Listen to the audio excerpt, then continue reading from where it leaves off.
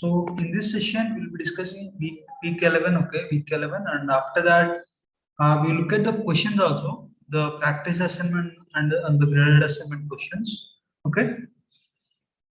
So shall we start?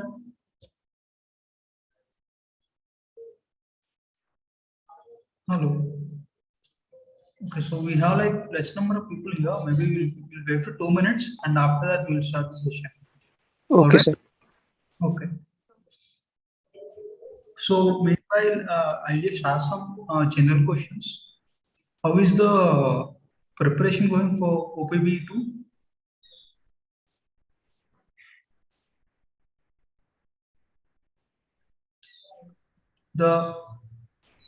Hello, sir. Yeah. Can we expect that in OPP exam we will be given easy questions? No, they told in discussion forum, little bit harder to graded assignments. Yeah, so it's going to be slightly Sir, hard. actually for newcomers programmers, it is difficult to code in 1.5 hours.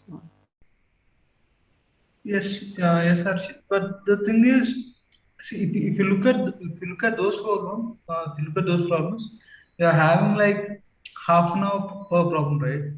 Half an hour per problem, you could even think for like 20-25 minutes, and after that you could still code. So that will still give you like ample amount of time for you to think about the problem. Okay, look at the test cases and then solve it. Sir, it might be for the good programmer, but for the newcomers, I think it wouldn't be sufficient time, I guess. Yeah. So You could say that. because they do a lots of practice, na sir, for the for who are well in programming or who are in I mean who spend a lot more times in Python. I mean for working professionals or something. Okay, yeah, you could say that, Harshit, but the thing is, if you look at the problems, right? If you look at the problems, none of those problems ask you to like code like too much, okay? And they just have few of those problems. They just have like straightforward way of like solving. Okay, so like it's not even like you need to have too much of knowledge of Python. Even if you have basic knowledge of for loops, while loops, and the basic functions, if you know how to define, right, the dictionaries and all, you could still be solving most of those questions, right? It's not like you need to know too much Python or something, right? So for the beginner like who will like I would say like who has an knack for solving problems, this Python course is going to be slightly on the easier side. Like at least it won't be too difficult, I would say. Okay, but as again, we'll try to make it in such a way that like most of the people will be able to solve at least like half of those questions. Okay, that will be guaranteed. Practice the problems that was there in the portal. Okay, thoroughly and look at the like when I say like practice the problems, I mean to say that look at the way they are like solving the problems. Like for each problem, right? For each programming problem, you should look at the way of like how to approach the problem, like from scratch. Like first you look at the problem statement, right? And you Okay. look at the test cases. From that, you should be having an idea of like, okay, this is what this problem is asking me for. You should know the input and you should know what the output is. That is the important thing. What should be the output? And the concept in the bridge, that is this algorithm. You should do like basic rough steps of like forget about the writing a code or something. If they ask you how to approach the problem, how do you do it? Like pen and paper. How do you do it? That steps you can write. Okay, that steps, the later part is how do you convert those steps to the code using the Python knowledge which you have. Okay, that's the last step. So the Python and the coding part, that comes at the later stage. Okay, So the major thing is first you guys should be understanding the problem, which I have seen most of you, some of you are not reading the problem statement entirely. Okay, and others others you're making some small mistakes. So what you can do is first read the problem statement thoroughly, and then like write those steps. Okay, write those steps. Okay, after that you think of like how to convert that idea to code. Okay, clear? Sir, so are you going to have some revision session also based on this approach, what you are saying right now? So are you going to have any revision session before Sunday where you can guide us? Like, See, we are going to have a revision session, but we will be discussing some problems out there. Like we could discuss the Victor problems. Okay, Victor is nothing but revision session. It has only the but problems. we have an online exam this Sunday, no, sir? Yeah. Like I think what you were trying to say, sir, like if you remember last week you were also solving one mock test problem, and it took at least 1 hour for you also to solve it online, right? Yeah, but the thing is, the problem won't be of like that level. Okay. So it took 1 hour, for a seasoned practitioners like you, then what will happen to newcomers? They will fall flat. All of us will fall flat who are newcomers. There it took more than 1 hour. It's partly because like see at each and every point of the while solving the problem, I was discussing and then like I was taking your inputs and like solving it. Otherwise that would take half an hour or 40 minutes max. Okay, And so that is you could say like the one of the most difficult problems. Okay, so you need not expect those typical level of problems. Okay, that is one thing.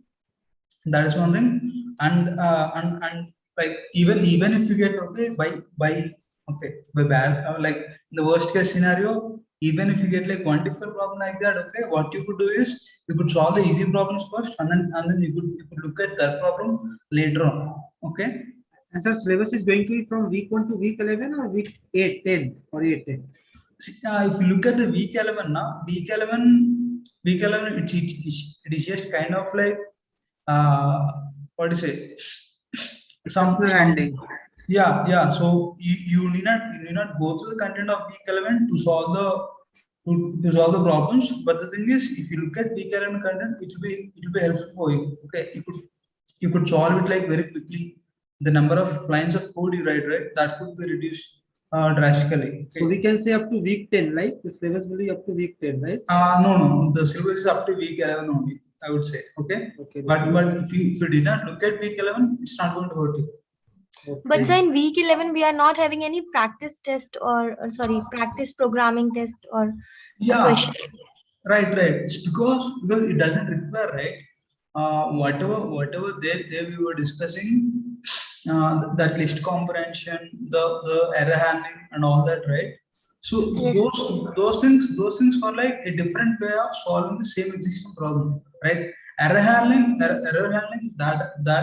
is like we cannot ask the programming questions based on that. If you look at the list comprehension and other parts, right, that could be you could solve the problems without using list comprehension also. Okay. And sir, week 9 part, the file handling will come or not? Yeah, it will come. It will be there. But sir, in the previous sessions, we have discussed that file handling is creating problem for some of the people, so it may not come in exam or. Yeah. So see, whatever is mostly you might not be getting, but don't assume that you never get it. Okay, you might get like one question. Okay, out of the 4 or something. Okay, sir. And what about each concept, sir? Like parent class, child class, and all those things? You're talking about object-oriented programming. Object-oriented programming, yes. Yeah. You can expect questions from that. That Okay. part. Sir, overall, how many questions will be there, sir, in the OP? It's going to be 4 questions again. Okay. Same 4 questions. And sir, we have not given our slots yet for OPP2 and the link also. Yeah, that will be released in the Facebook. And sir, when will be the OPP2? No, I think I So have we received got the the link. slots actually. Yeah. We Yes. have got. Yeah, we have received actually an email.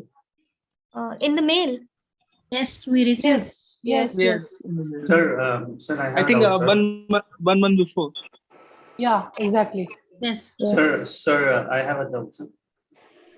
Yeah, who is this? Sir, yes, sir. Sir, yes, sir. So, Yeah. sir, still, I'm not clear about the syllabus for OPE2, sir. Actually, whether it's 1 to 8 or 1 to 8 or 5. 1 to 11. 1 to 11, all, sir. Yeah, 1 to 11. Okay. You could even consider it like 1 to 12 itself, because week 12 is nothing but just problems. Okay, there is no extra content. So you could think of it like the OPP2 is like the entire syllabus. Okay. All right. Sir, Yes, I sir. think But there don't is get- a Thank you, sir. OPP3 as well. Yeah. What? There is an exam OPP3 as well on No, 26 or we do not 27th. have. No, we do not have OPP3. March. We just have final quiz exam. Okay. That is for previous term people. OPP3 is for previous term. Okay, yes, previous term students. Sir, No, one thing, sir. In previous sir, term, he the is paper sir, was very easy, sir. But sir, nowadays, actually, now this time, the paper was somewhat bit was increased, sir, the toughness. Sir, so for term end, Python, it will be like same objective type, multiple choice, right? Yeah. Same right. as we did for the first when we had quiz 1. Right. Same, no?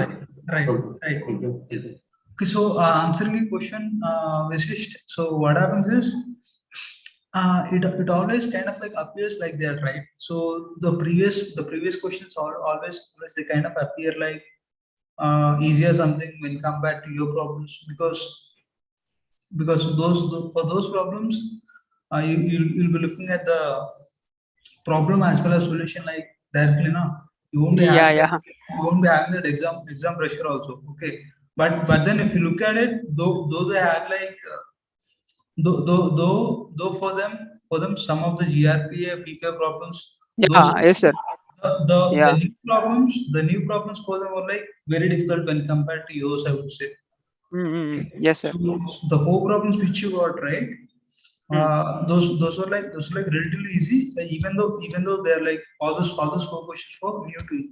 But if you look at those problems, I mean like for the common problems which the common problems which they got, they were like difficult, I would say. Okay. Yes, sir. Overall, we should practice on this week 7 to week 11. See, basically, sir, the weightage of will be like that. We cannot devise like a weightage, but we should practice more on that only, no, sir. Yeah, because if you practice the problems from the later weeks, they anyway cover the concepts from the previous weeks, right? So in that way, kind of, yes. Okay.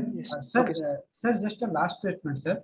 My point of view is different. I'm not, I'm not saying for easy paper or hard paper, sir. Whenever we go on different websites also, like CodeShape or HackerRank, etc., right? So there are different sections, like for beginners, for intermediate, and for advanced level.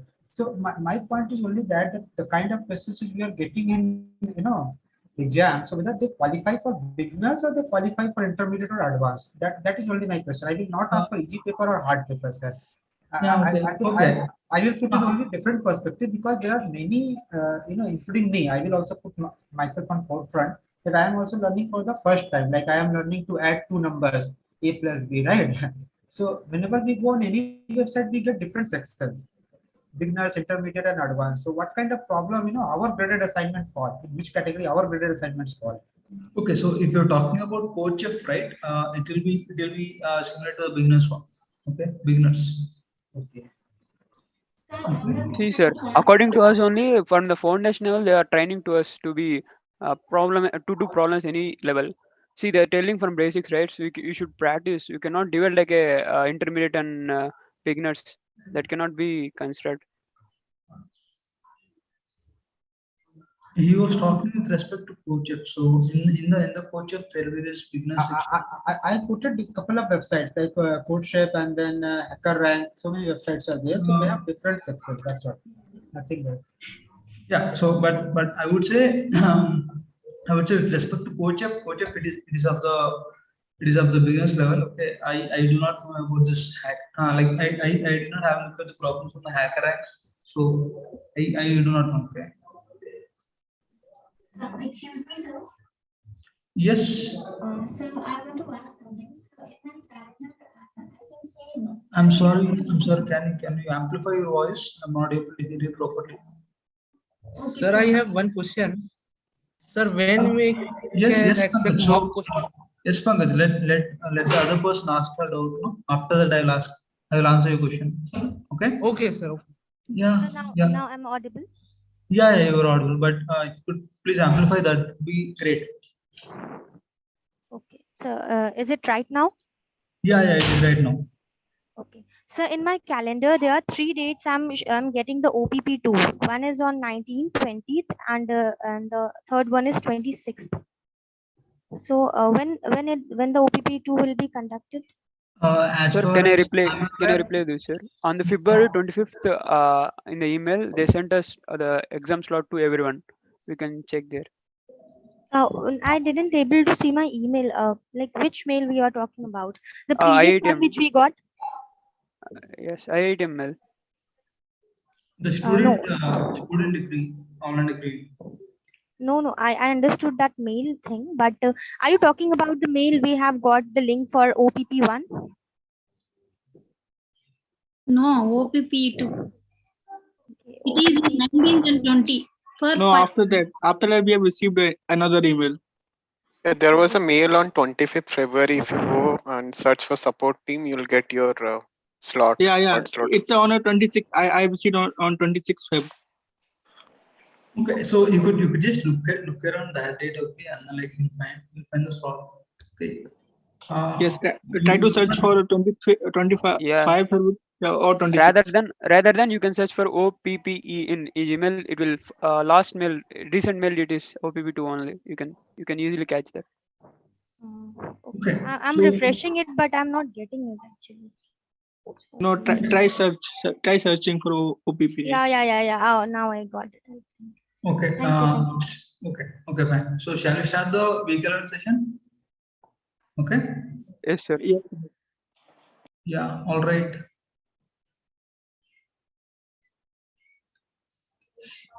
Okay. So how many of you have looked at the week 11 content? I hope everyone of you have looked at it. Because the last session, most of you have not looked at the content of week 11 because of the other quizzes. Okay. Now, how many of you have looked at the content? Please raise your hand. I just want to know Sir, could you please repeat? how many of you have looked at the week 11 content? Week 11 content. Have gone through the videos, lectures. No, sir. Not yet, sir. Yes, sir. Not yet. Not yet. Okay. Sir, one last thing, sir. Can I ask, sir? Yeah. Sir, if possible, you can somewhat revise about it, sir. Week 11. I mean, some Yes. topics. We'll revise it. So slots have been given to us, but when will the link will be shared for Google Meet and for exam portal? The link will be shared like in a couple of days, I suppose. Okay. Okay, sir. Thank you. Okay. Only around 10 students have looked at the content. All right. So I'll share my screen. Okay.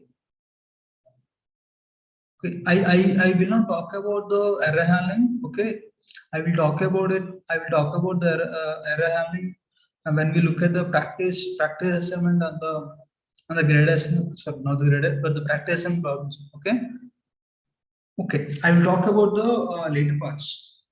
The iterator and generator, I will talk about it. Okay, but for those of you who are not looked at the week 11 content, right? If you do not understand it, it's totally okay. It's totally okay because we will not be asking questions based on this iterator. Okay, that requires iterator or generator. Okay, and then we look at the list comprehension. The list comprehension, even so. Okay, let me just refresh this.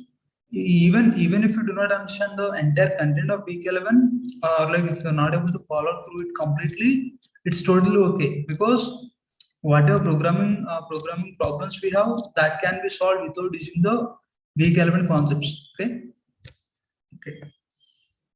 Just share my screen. Are you able to see my screen? Yes, sir. Yes, sir. Yes.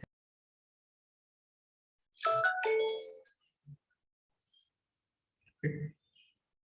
So what happens is we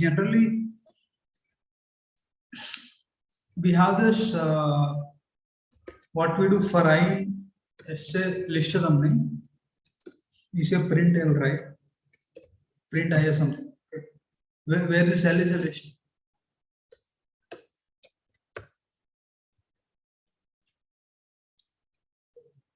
Okay. So what it does, what this code does, so this I kind of like iterates over the elements of the list L, right? So it goes to L1 first, after that 2, 3, 4, 5, right? So for in this particular scenario, we just ask me to print it, but then if you want to use this each element to do something else, you could do it, right? This you all are aware of, correct? This thing, right? So, Yes, sir. but then what we could do is we could do something of this iter. Okay, iter is iter of L. Okay, so if here what you can do is you could print of next of A. Okay, I just do it like a couple of times. Okay. I have total number of elements 5 here for the list L, but then I did this over for only for 4 elements. Okay, I did this next of A for four times. Okay, let us just look at like what this next of A does first, and then I'll explain what that is.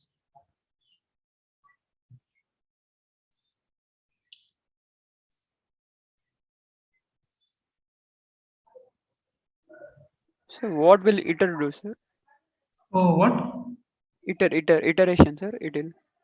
A equals to iter of L. Yeah. So it kind of like what it does is whatever elements is 1, 2, 3, 4, 5, 5 over there, right? It converts it to kind of like iterations. Like it's kind of like you have this n number of lines or like n number of objects. Okay, it takes all of those, and then like whenever you call this next of A, okay, it gives that it gives that particular like each object whenever you call it, right, it gives like one object at a time, and then the pointer will move to the next one, just like this for I in L we are doing this print I, right? It does the same thing. Yes, sir. Yes, sir. Yeah. Okay. Okay. It forwards. That's it. Yeah. Okay, sir. Yeah. Okay. So not sure why this line number two is not working. Yes. Sir, over here we are using next. Is there some command to go to the previous of A? See, what this A is A it iterates over the elements of L. Okay, so we have this 1, 2, 3, 4, 5, right? When we assign A equals to iterator of L, it doesn't like give away all the elements of L directly. But then when you call this next of A, when you call the next of A, it gives the first element because initially the A will be pointing to the first element of L. Okay, so it will give away the first element, which is 1. Okay, and if we call it again, next it will give 2, after that it will give 3, 4, 5. Okay, here when you look at this for I in range of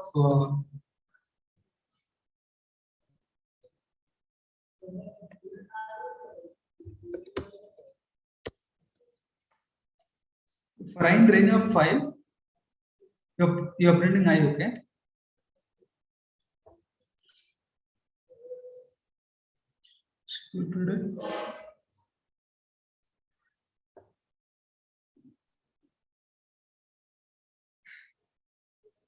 okay, give me a second.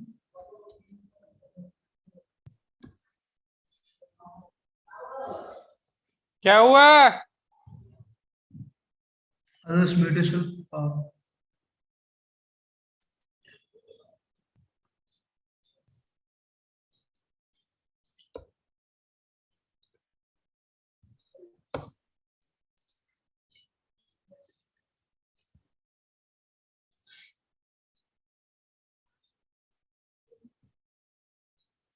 Okay. So if you're asking for this for loop, right, for I in range of 5, you are printing L of 5. So basically what you're doing is you're iterating over the entire elements of like entire length of L. For each time you're asking it to print the ith element, correct? And the same thing you're doing it here.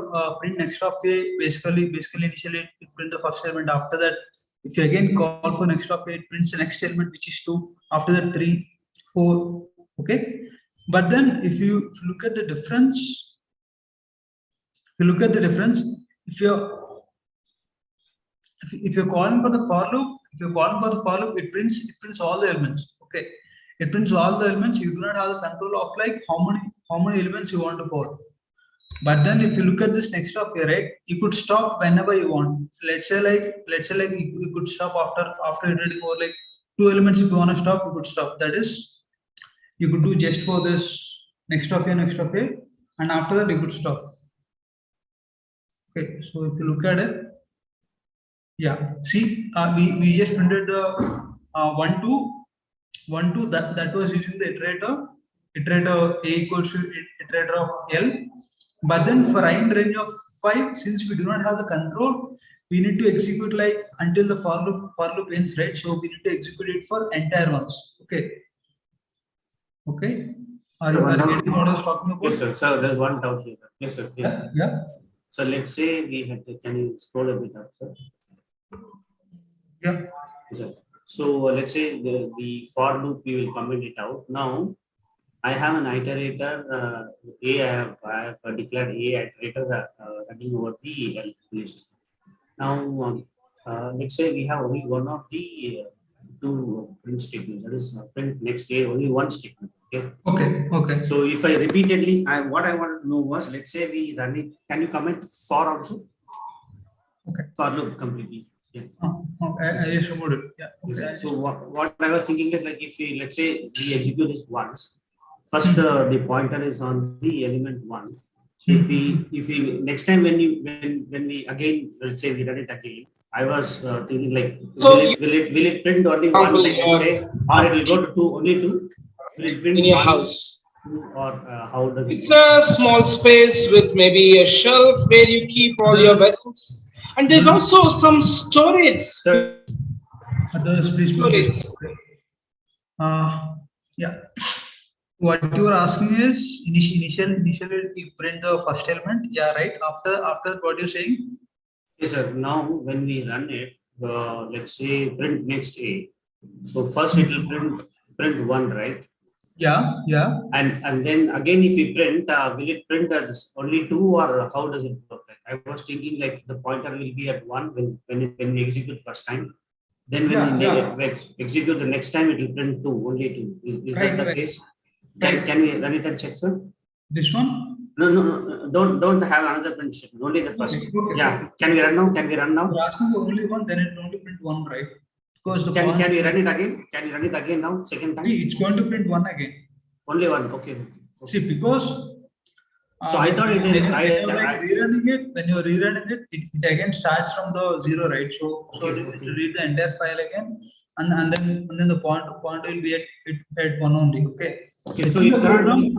Okay. Yeah, within the program, it will not be like seek in file. Like for example here, which means that when you execute, it will every time start only from the beginning, right? Yeah. Okay. But within the program, you have the flexibility. Okay. Yes, sir. Now it will print 1 and 2, right? Yeah. Because we have to. Yes, sir. Thank you. Right. Okay. So this is iterator.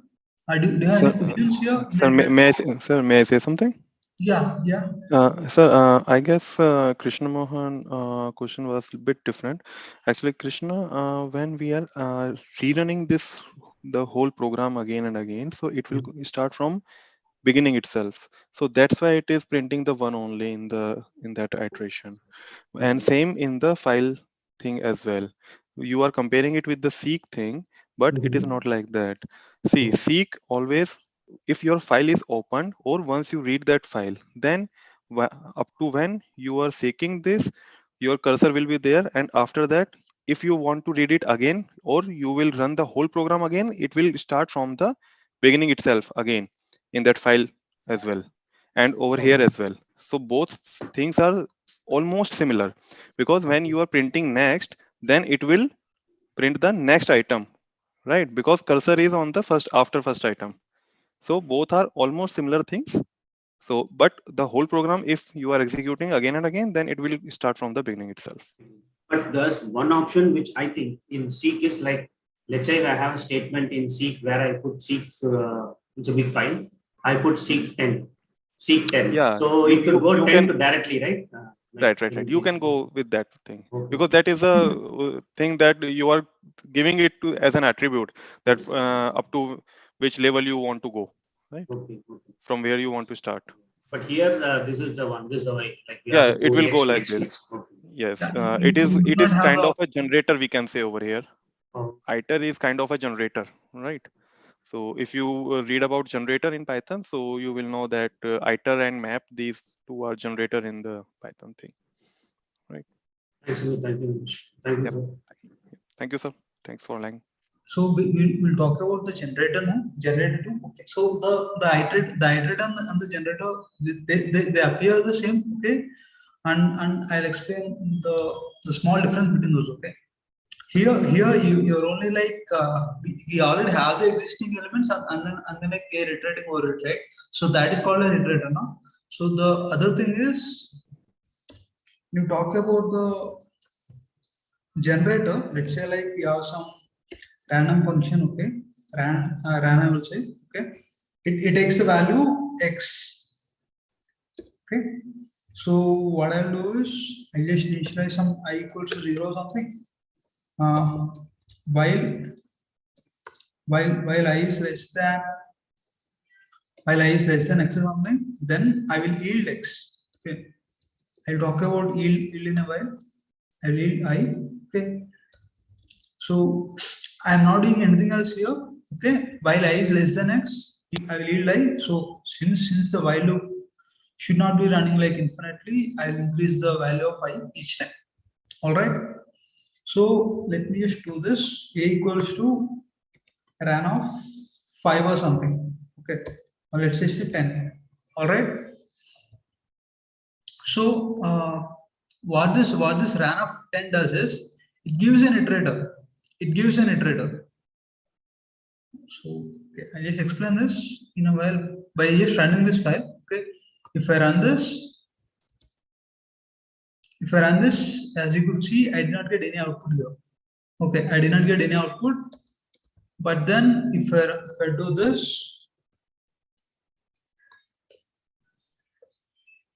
print next of here, and then I'll do it again.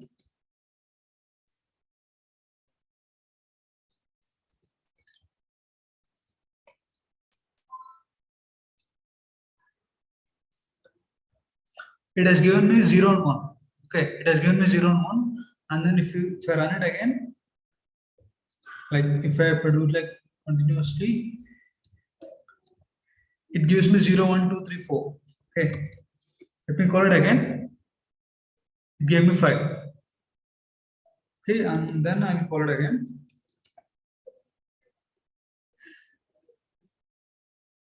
It has given me 6 because the limit for us is 10. Okay, let me just cross the limit.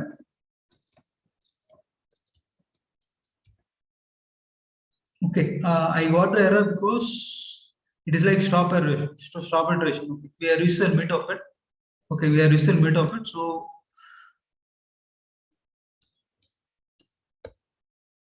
yes, this should be okay. Okay, yeah. So we could run this like this is actually yielded as like it is similar to getting this ran of 10, right? This is similar to this iter of 0, 1, 2, 3, and so on 8, 9. Okay, so this is exactly similar to that. Okay, ran of 10 is exactly similar to. So basically we are iterating over these elements I. Okay, so instead of yielding I, let's just say I have yielded I star 2. Then what you'll be getting is you'll be getting the square of this number. So basically you get 0, 1, 4, 9, and so on 100. Not exactly 181. Okay, we just run that also. As you could see, you are getting 0, 1, 4, 9, 16, 25, 36, 49, 64, 81. Okay, so the difference what we are doing is, instead of like returning a value, we are yielding it. Okay, we are yielding it. So by yielding, what we do is, we are kind of like we are doing this generator thing, where we generate these values until this particular condition is satisfied. So here a condition is, while I is less than x, yield I star 2, right? So basically it yields the values until that condition I less than x is satisfied. Okay, is this clear what I'm talking about? Yes, sir. Yeah. Okay. Sir, can you please once again mention that what is the difference between return and yield? What list and Return and yield, what is the difference between them? see, if you write here like return, right? If you click on return here, so basically return. So your voice is breaking. Yeah. Okay. So if you hit on return, right, it will just give this particular value only. Return, it will just return I star 2. That's it. It will not return anything. I mean, okay, now I got it. It will just give like for a particular scenario, it will just return 0. Okay. It will not give you the iterator. Okay. But in this particular case, what it gives is, it gives you iterator of list of elements. Since we are talking about I star 2, it will have 0, 1, 4, and so on 81. Okay, it will give the iterator for this list of values 0 to 81. Okay, it will not just it will load the list, sir. I think here when we have return I square, that is I square, not yield, sir. Okay. Because so when we are using yield, what I am thinking is, there is no, like, probably why should you use yield when you want to run through all the values, right? Maybe only first 4, then yield makes sense. Otherwise, when you're printing yield with the next 10 and next statements, so that you print all the squares, so that output, technically speaking, output is the same as what you get with return, right? If you run now, you give 0, 1, 4, 9, like that, right? No. See, the thing with return is, whenever the return statement is executed, the function stops there itself. Okay, the function stops there itself. I just run this. I just comment these lines. Okay, and then I just print value of here. Okay, deleting this too. If you would see here, you're getting 0. You're getting 0. Okay. So can you call the function, comment the a equal to ran 10? Okay, a is equal to ran 10, right? Okay. You want me to comment this? No, let it be. Sorry. So a is ran 10. I'm giving x 10. So return I squared is will give the like squares of first 9 numbers, right? That's how it should be. I don't know. I didn't understand the output actually. Yeah. First value. See, whenever, with respect to return statement, right? Whenever the return statement is executed, the whole function terminates. So in our particular scenario, if you when you give the value of 10, right, what happens is, it will go to ran of 10. It will just initialize I to 0 while I is less than x. So which basically means 0 is less than 10, which is true. And then it will come to line number 4, return I star 2. So basically it will just return 0 star 2, and then it will just, the function will terminate. Okay. So it will just give only 0. It will just give an integer 0. Okay. But then if you're talking about this yield, If you're talking about yield here, it will not terminate. It will not terminate when I equals 0. Okay, it will just keep on doing. It will just keep on like running until this condition is satisfied while I is less than x, and after that only it will terminate. Can we run down and check the output? Yeah, you cannot print this value, so it will just okay. I'll print it. We need to use next in that case, right? Yeah, so it was just saying that it is a generator. Okay, with the generator, let me just run this. Now it will give me that 0 to 81 thing. Okay. Okay. Thank you. Got it, sir. Thank you. Thank you very much. Okay. Clear, right? Yes, Yes, sir. why can't we? Sorry. Sir, why can't we can write like print nest into a into 8 rather Star than 8. Yeah. Can we, sir? It will change anything or it will be same by decreasing the steps. I want to say. You're talking about this, right? Yeah. Yes, sir. Yeah. Print next of a star 8. Into means the steps will be 8 times repeated, right, sir?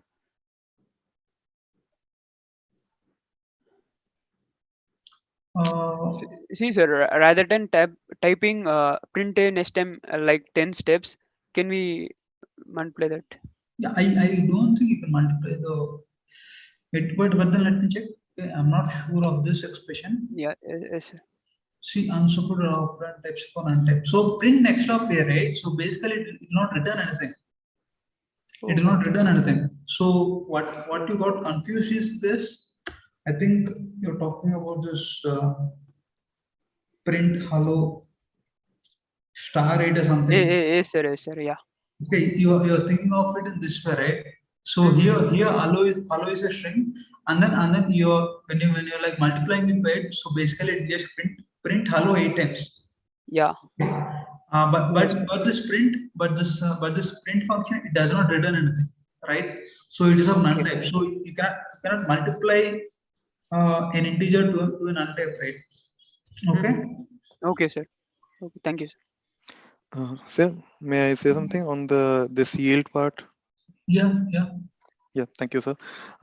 Actually, over here we were comparing like return and yield, but actually the thing is, the basic difference, yield is returning as a generator, and in that generator we are storing some things. Okay, so over while return is giving just an instantaneous value wherever it is condition is getting true. Now, the basic difference we need to understand in between the yield, where that is a generator, and in a list actually. So comparison is that actual comparison. So if we store the whole iterations, the whole I in a list, sir, can you please write down a list if before that the while loop and store the data up in that one? Yeah, over here, just a list, a blank, and instead of that yield, no, sir, just using instead of that yield, just use that l dot append, so that we can understand the difference between list and a blank list over here. And instead of yield, just take it like yes, sir. We will take it both actually. We will return both. Keep both yield and that one as well. Yeah. Before that, l dot append I square. Yes, sir. Yeah, thank you, sir. Now return l as well after. Yes, sir. Okay, and what else? No, we cannot yield that one. Fine. So now see the difference over here.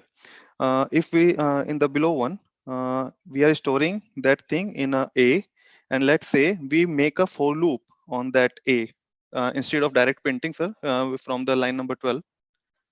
From the line number 12, instead of printing directly, let's use a loop over here and understand the basic difference. For loop, sir. For loop. Yes. Okay. First, let's just execute this because we are yielding and then like returning list. Let's just execute this. I'm not sure what happens. No, sir. Actually, it will return a list only. Yield will not work over here, I guess.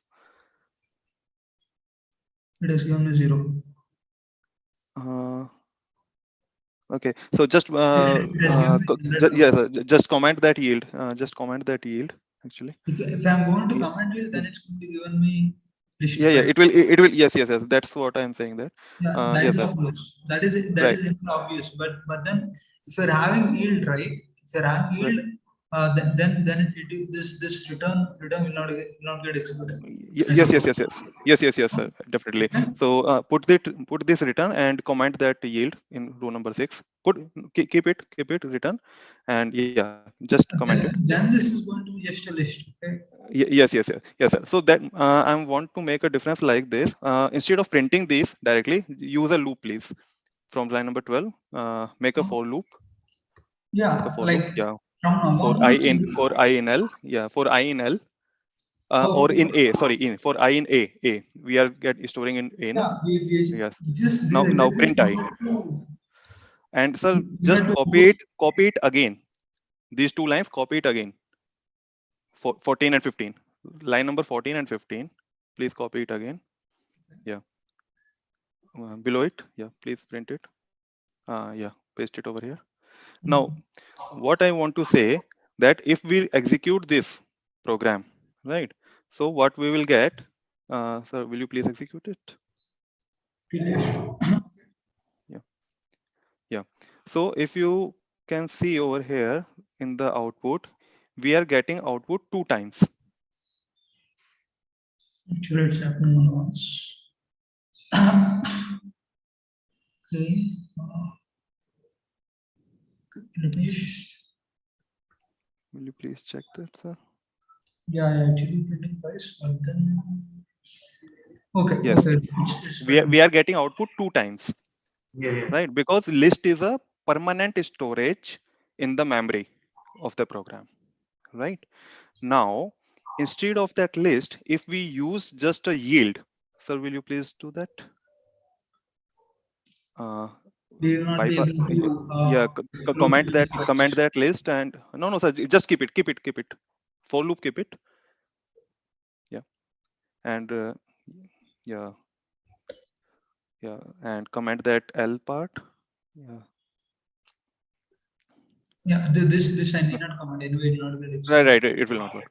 Right now, sir, please make it for loop 2 times again. No, sir, no need of that. No need of that print A and all.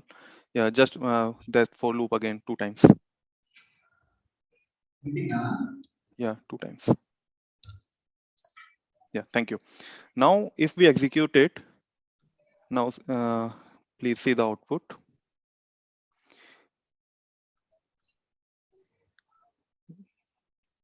No, we are. Wait. Something is Yeah. wrong. Yeah. Okay. Now see, we are getting the output once only. The thing is, generator returns as a iteration, one-time iteration only, because it is stored in a temporary memory and it allows you to iterate once only. While the permanent list or something in which you are storing something that will allow you again and again to iterate over there. But in generator, it will allow you once only, you can iterate. So that's why it take less memory in your program and you can use it in your program wherever you need to have one-time iteration and no use of that thing which you are printing or using one time only. That is the temporary thing you can use over there. But here to bring out the yield and next, I just wanted to. Yeah, that is actually from next we are just iterating one by one again and again. So the thing is in for loop we are using that the same thing. So the difference I want to mention over here is that the generator thing, the return of generator, the output of the generator, we can iterate once only. Right? We cannot use it twice or thrice. Yeah. We can use it once only. Once you are like iterated over the content, right? You'll not be Yes. able to use that same thing again. Okay. Right. It will be finished. It will vanish. Yeah. Once you iterate it, it will vanish. All right. Yeah. Thanks, sir. Thank you, sir. Sir, Thank you, sir. Can you go back to that yield and again just this is clearly yeah. brought out so that Yeah. we can just have that.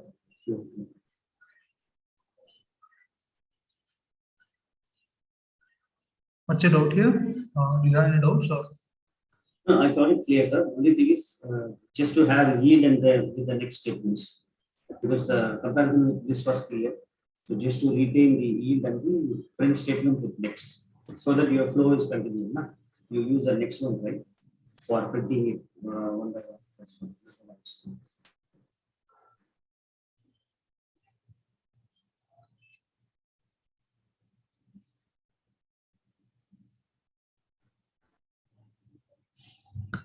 The next the statements below you had commented, right, that you can uncomment with the. I think you have erased that one which use multiple next statements. That was also print next in that one. Not this one. This is clear, but the earlier one. Yes, sir, down below. You can comment all the for loop and only the print next in that. You want me to comment this? Yeah, comment this and detail this because we were just comparing, no? Just wanted to sort of status quo and thing. You want me to run this? No, fine, sir. Okay. You want me to run it? Yes, sir. No need to have so many next to cover all the one. Maybe first 4 and then comment the. Yeah. So, like if you just doing this, it is just exactly similar to previous one. I have already shown this. Maybe have only the first 4 and just check that. Yeah. Okay. So the advantage for this iterator is that we could just like ask for the next element whenever we want, instead of like the for loop where we need to like keep on going over to the next element even though we might not want to, right? So we need to always go over to the next element, right, in the for loop. But using this iterator, whenever let's say like you come across a condition or like a set of condition, then itself you can call this next of a. Okay. Otherwise you need not call it. Okay. Clear? Are we going to discuss OPP question also? Discuss what questions? OPP questions.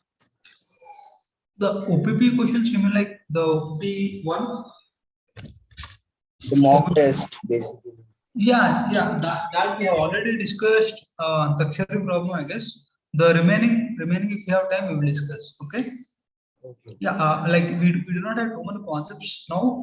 Okay, we'll cover it. Okay, we'll cover those problems. Okay. The next important thing which I want to cover is this list comprehension. Okay.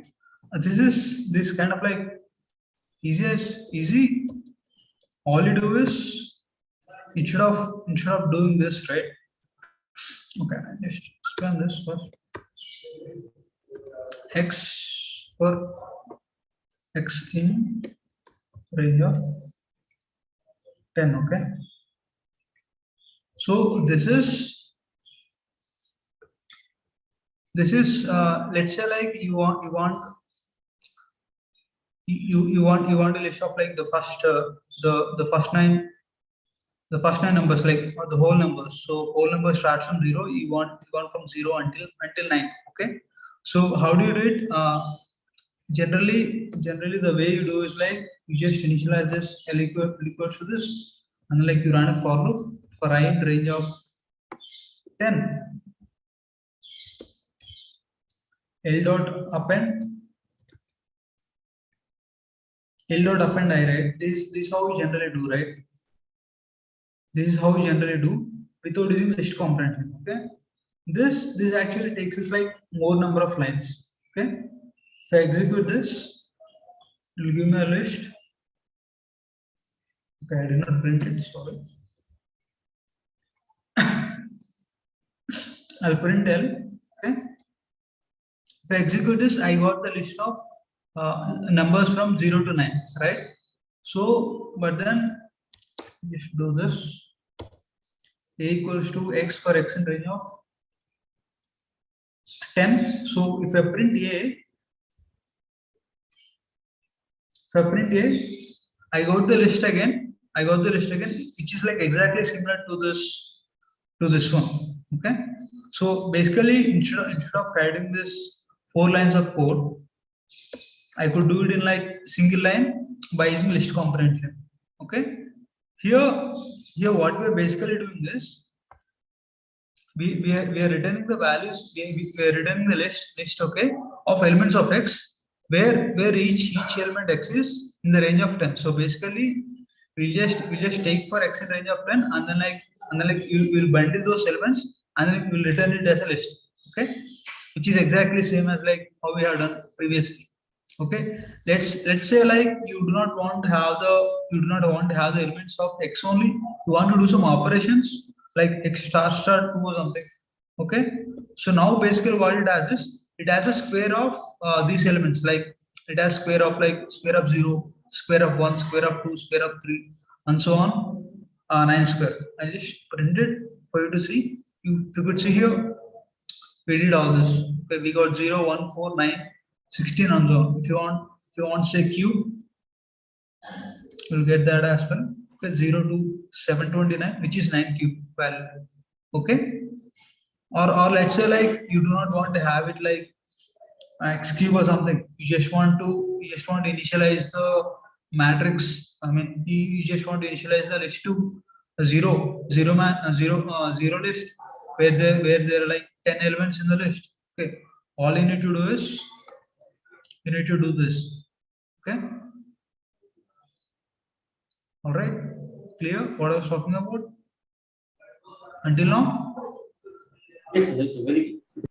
Okay, and then here we just did this 0 for x in range of 10, right? We could do it like we could take it like one step further. You could even do it like list of lists. Okay, 0 for x in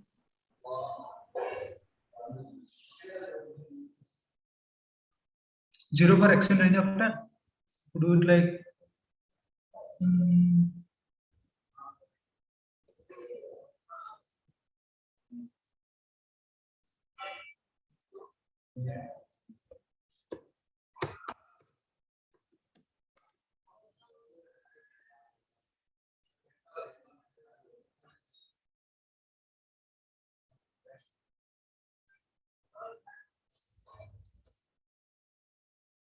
okay, if you could see here, are you able to see this? Are you able to see the screen? We just did this list of lists. Okay, we just initialized a 10 cross 10 matrix. Generally, we just need to do this matrix initialization, right? Where most of your problems because you used to do this L dot copy, and then it used to copy the elements, the list as well. Because of copying it like in that manner, whatever changes, I'll just explain this here. Let's just say you have this list 1, 2, 3, 4, 5, 6, 7, 8, 9, right? And then what you did is you did b equals to a dot copy. Okay, because of copying it in this manner, whatever changes you make in b, the same changes will appear in a also, and whatever changes you make in a, the same changes will appear in b. So basically c and b are referring to the same list. Okay, you could think of it in that way, but we do not want it to happen, right? So if you do not want it to happen, and then like you want to initialize a matrix, okay, using zeros, you could do it in this manner. Okay, let's just say I think this is very useful, sir, because when we are doing matrix initialization, it was quite. Yeah. What? Yes, this is very useful, sir. I think this one. Yeah. So because earlier when we are initializing for matrix addition and all, we had to do so many loops, right? First Right. thing, yeah, here Right. we are able to see in single line. Yeah. Okay. So now all we did is like within one step we initialized a 0 matrix, okay, 0 3 by 3 matrix, okay, clear? This one, okay, we could do it like even the list of lists. So by doing it in this way, for j range of 10, okay, I just keep it like 3. Now this will be 3 cross 3 cross 3 matrix. Okay, you could see it here. Okay, we did a 3 cross 3 cross 3 matrix. All right, it's clear, right? What I've done? Is it clear? Yes, So sir. for in each step, where we once the first loop is for first list is created, just see it as y and then repeat it, right? That's how it, I think it works.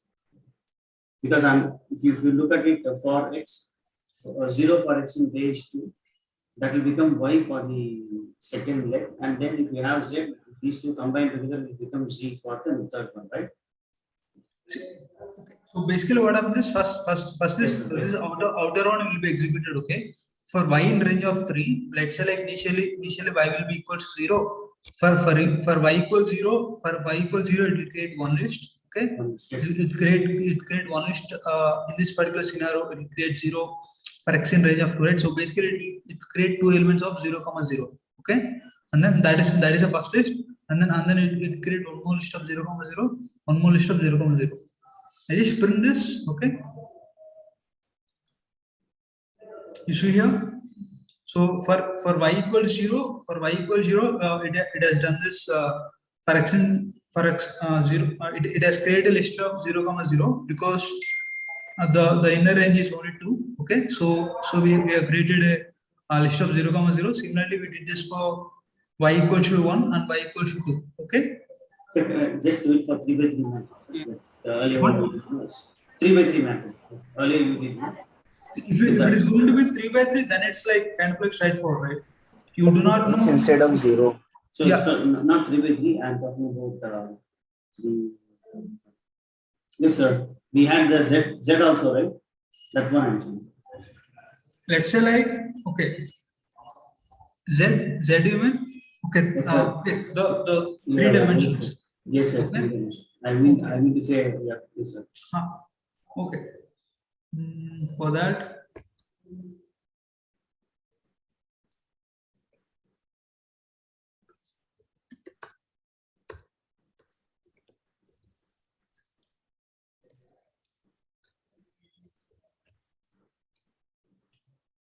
yeah.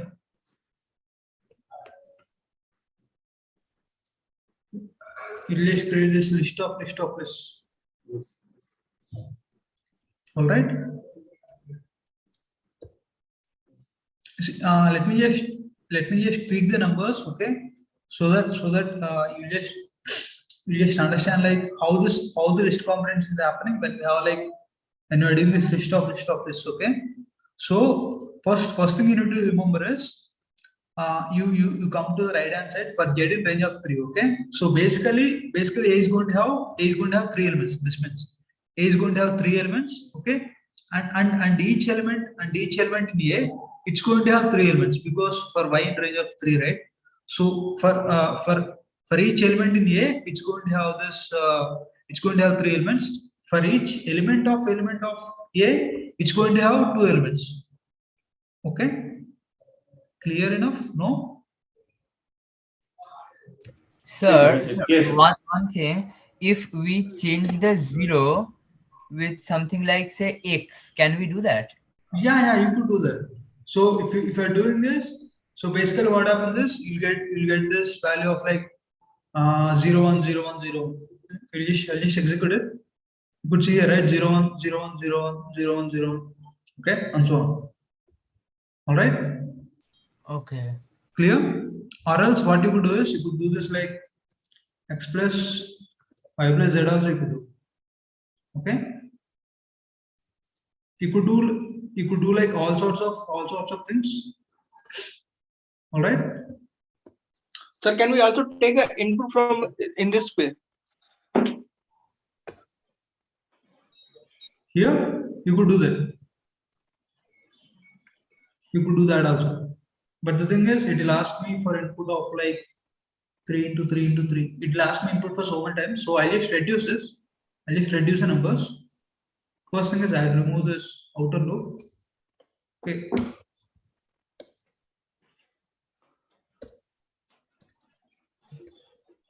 Okay, now it will ask me for 6 elements. Okay, like 6 times it will ask me for input. So first time I'll give 1, 2, 3, 4, 5, 6. Okay, now I want to ask you what will be the first element of A? 1. Huh? 1,2. Okay, right. Right. You could see it here, right? Yes, sir. Okay. Yeah. All right. Any questions until now? This the list comprehension, is it clear? Also, how does output one command? Can you repeat? How does output, can you explain something? How this output occurred? Okay, so basically what it was doing is for y in range of 3, for x in range of 2, it is asking me for input each time. It is asking me for input each time, and that input will be assigned to the list A. Okay. See, it is just exactly same as like what we did like x for x in range of 2, right? It is exactly same as that, but instead of assigning some value, we just asking the user for that value. Yes, sir, I got it, sir, but how does it go to the corresponding list elements? Like first thing is for y in range 3. Okay. How does it execute? Yes, sir. Yes, sir. Okay, so this is exactly similar to alias executors. Okay, I want to create a B list. Okay, so what I do is for I in range of. No, sir. Just sir. Let's not go to the forward. Just explain that part. How I understood that input. We are getting inputs for 3 times inputs, and each time we are getting in the range 0, 0, 1, 0 and 1 only. Okay? 0 and 1 input for x in range to give me 0 and 1. But that 0 and 1 I am going to take input for 3 times, right? I got it. But only thing is I want to know how this 2-dimensional input is actually printed out. 2 times of input. 1, 2, 2, 3. So I got we, it. We totally took 6 inputs because. Yes, I got that, sir. I'm saying. Okay. I'm saying about input. I'm executing input for 3 times because we have to look from the outer loop, right? Like for one. Yeah. So I'm taking input 3 times. 3 times. 3 times, and each 3 times of 1 and 1, 2. Yeah. But how the increment? Okay, you entered 1, 2, 3. Okay, got it, sir. Thank you. Yes, sir. Got it. Thank you. Yes, sir. Clear, sir. You entered 1, 2, 3, right? Sequentially, I didn't see that. Yeah. I have entered the value. Thank you. Because there is an enter, right? So I have. Yeah, got it. Thank you. Okay. So the next topic would be this map. All the map, zip and all I'll be explaining. Okay. The enumerate. Okay. Before that, I'll just explain this enumerate. Okay. Let me just have this as like some Python. I'm creating a list which has 3 elements: Python, CT, and PDSA. Okay. PDSA, these are the courses. Okay. CT and Python you're taking, and then PDSA you will take later. Okay. So what we do is we just do it like for I in range of L. We print L of I, right? This is how we generate to, or the other way is for I in L we print you print I, right? But the problem with the second case is I do not know the index of that particular element, right? Let's say like at some particular instance I have CT, but then I cannot know what the index of CT is, right? But in the first case scenario, the problem is I just have the index. Based on the index only, I need to keep on calling this L of I. Okay. Without doing all this, is there a way for me to get both the index as well as value at a time? You can do it. You can get it by using this enumerate. Okay. What this enumerate does is I just print it so that you get to know what this does.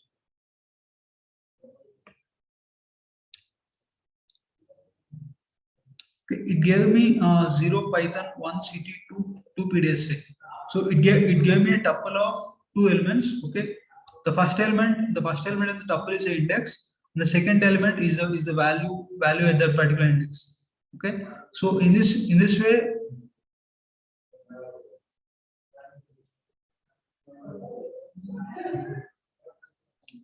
So in this way, we will always be like we will be able to get both the index as well as the value.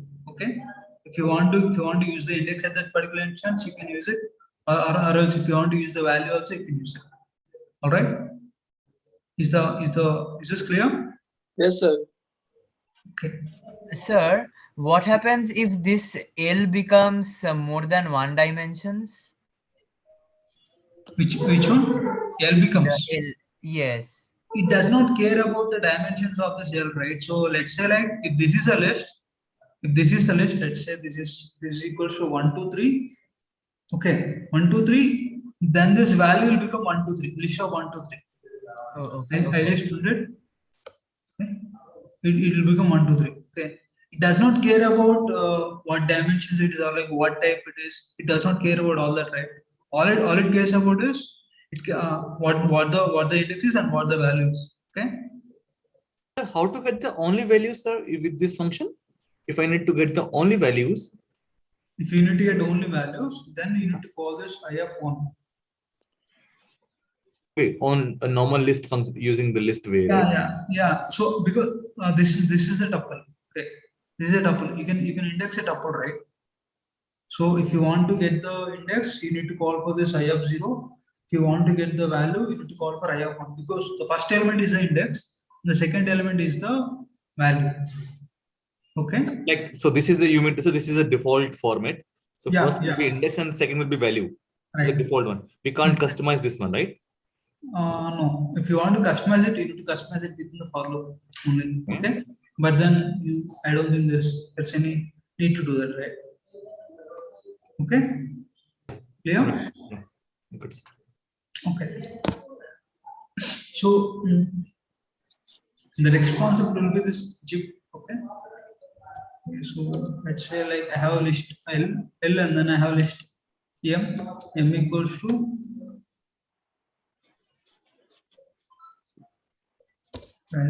like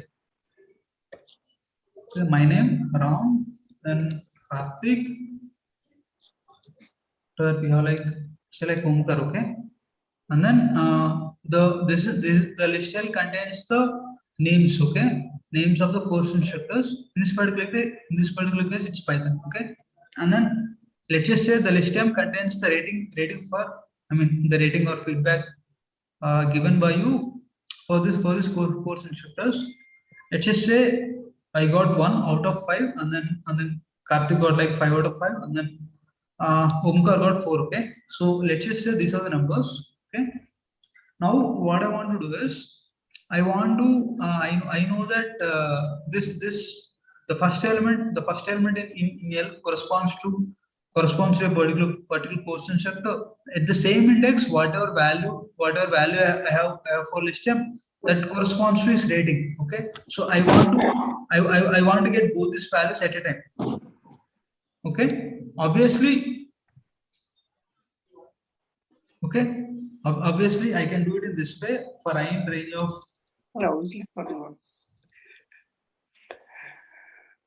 I could do it in this way for I in range of, sorry, not length of L. Okay. I could print L of I, comma M of I. Okay. This gives me the course instructor and its corresponding rating or like feedback score. Okay. But the problem is I do not want to do it like this way.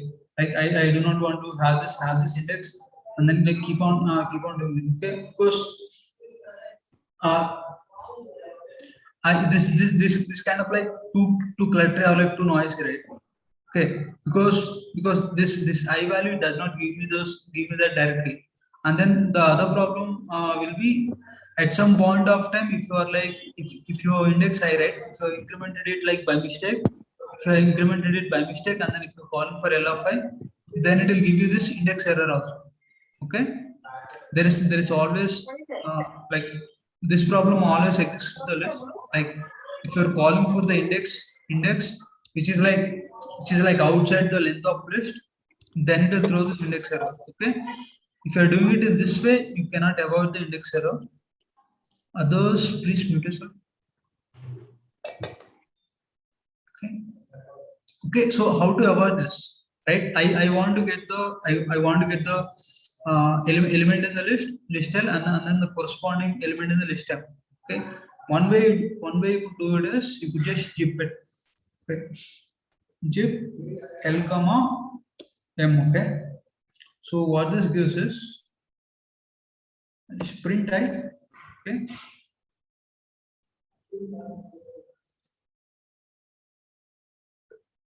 give me a tuple.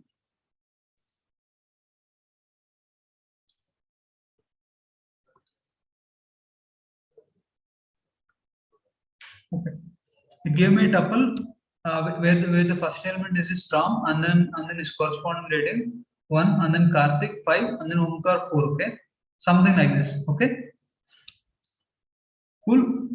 You got what this chip does. So basically it takes a first element, like it takes the first element in the L and then the corresponding element in M. It combines them and then makes it a tuple. Okay, it returns those values. So you could even make using this zip, right? You could just make a list also, zip of L comma M. Okay, what this does is, so basically it converts this, each tuple, like this tuples into a list. So where each element will be. Okay, I need to print that.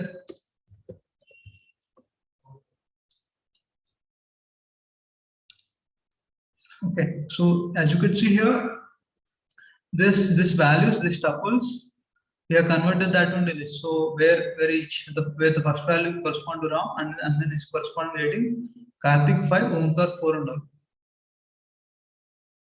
Okay. So if you want to convert this to dictionary, you could just do that as well. So if you're converting this to dictionary, so what happens is the first list, right?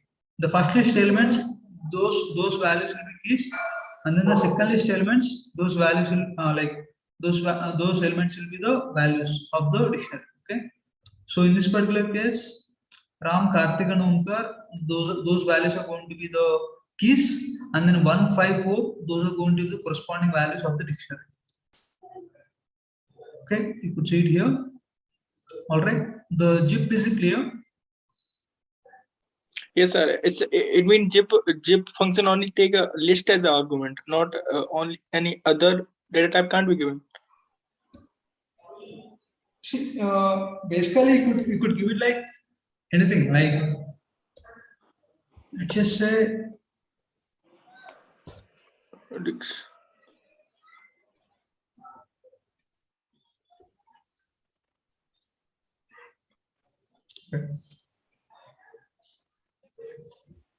okay, let's try now what this does.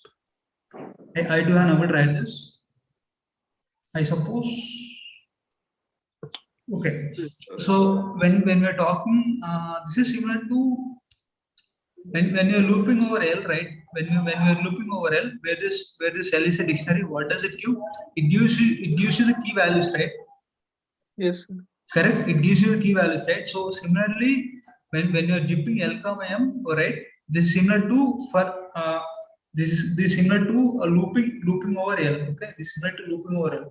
If you are looping over L, since it gives the keys values, now also it gave you the key values. Okay. But sir, L is a dictionary and it should return entire element RAM and one as well. No, but that doesn't do it like that, right? Because if you do this for I in L, if you print I, what does it do? It just gives you the key value, right? Oh, okay, sir. It's only it just gives you the key value. Okay, it just gave me the key value. Did not give me the entire element from and corresponding value. Okay. So can you try this out, sir? If you again the very first example. So n equals just remove the dict and only zip and lm. Okay. Zip lm.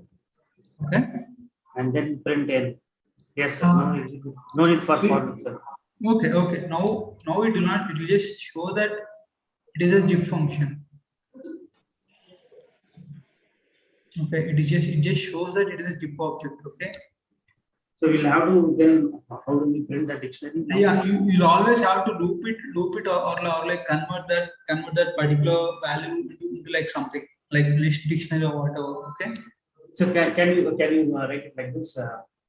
Let's say n and some other value np equals zip lm. What np? Yes, sir. np equals to zip. Not np, matlab n comma p. N comma p. This yes, you cannot do. Zip lm. Now can we print print? This you cannot do. What is doing? You can only unpack a list or no sir. Right. What I'm saying is np equals to zip lm. So you did it first, sir. Actually, I think we used it the first time when we started the usage of zip. No, zip is not returning a tuple, so you can't unpack. See, you cannot unpack it in this way. You cannot have it like n comma p equals zip of L comma m. So what you can do is you could do it for element in n, right? Oh, let me show you this. You could do this, okay? Like I comma name comma value equals to lm. This you can do because name corresponds to the elements in the L and then value corresponds to the element in M. This you can unpack because the element is a tuple. So can we the dictionary one? So you can the dictionary one that you did in a single line of code. You did the dictionary generation, no? With the zip. I just want to check that again. I do not know what you're talking about. The dictionary? Yes, sir. You use a zip dictionary. You had converted into a dictionary, right? The dictionary right. zip of LM. Yeah, yes, sir. Yes, sir. Now, now how do we get the dictionary printed out now? Because sir, that L you converted into dictionary that you comment that L1, sir, topmost L1. You want me to comment here? Yes, sir. Have two separate ones, sir. One is list of names, second list of ratings. Yes, sir. Then we'll otherwise, yes, sir. This is what we have started off with, right? Yeah. So you can do that. And now you have another list for the ranking. Yes, sir. Now you put n equal to dict zip lm. Yeah, now you can print n. So now it will show you the dictionary for you.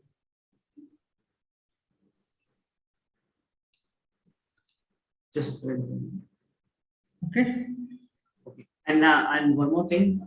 So let's say if you are using zip with the for loop for zip in lm print that we can do, right? For zip in lm Like for element in zip or something that. Yeah, sorry. For element in zip of LM.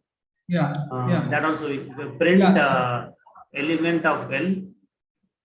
Sorry, print LM1 and LM0, LM1. Now the input will be the same. Sorry, the output will be the same, right? Yeah.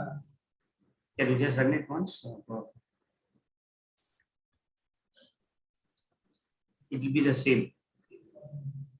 Only thing is we'll get it as a print statement outputs, right? Okay. If it just print LM also directly. Yes, sir. That will give you the tuple. Oh, okay. That will give a tuple now. Yeah. Oh, okay. Thank you, sir. Okay. Thank you. Okay. So the last concept, okay, which we'll talk about is this mapping. Okay. The mapping for you to talk about another small doubt. Yeah. Sir, the length of argument should be equal. Which one? The length of? Okay. The passing to argument of to the. If it is not equal, then not it is like then it is just consider like until 154. It won't consider 6. We'll just try this. Okay. Here the length L is 3. The length of L is 3, but the length of M is 4. Okay. I just did this zip of L comma M, and then I did N. Okay. Yes, sir. As you could see, it has gone only until 4. Okay. Because corresponding to 6, there is no value in the listed.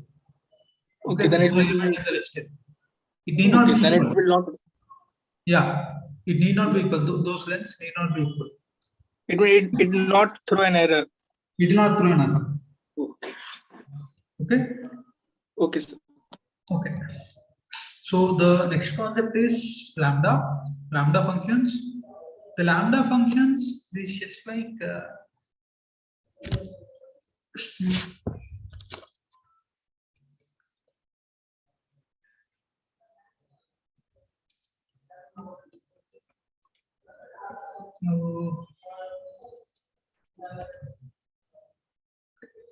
please look at the syntax for lambda functions.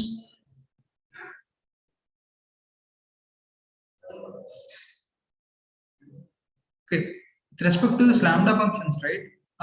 What you could do is like you could just do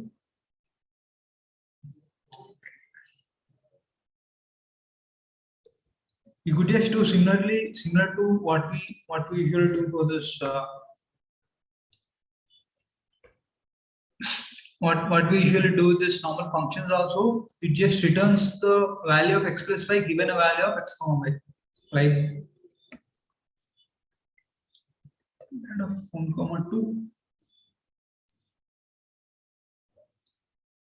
It just gave me 3. If you could see here. Okay, it gave me the value of 3.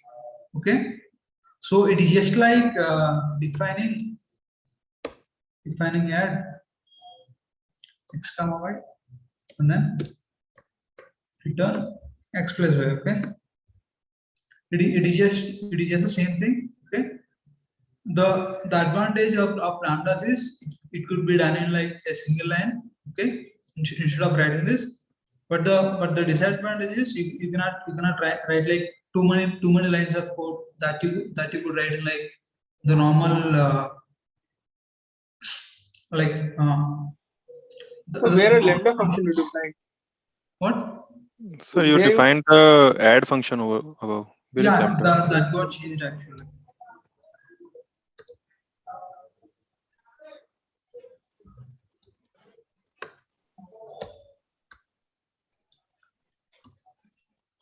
Okay, clear? Is it okay? Yes. So both this add the first add function and the second add function, they both do the same thing. Okay. Just to illustrate that, I'll do it. Add of 1,2. Okay. Both will give you the value of 3, and then let's say. So again, it's a change. What? It's first line you define lambda function, but it's defining a def add. Why it's a changing? I think it's a predefined function, so it's got changing. Yeah. Like while I'm trying to save it, that got changed in that way. Okay. So please try another variable. Actually, it is the predefined function. So that's why it is getting troubled. So I did like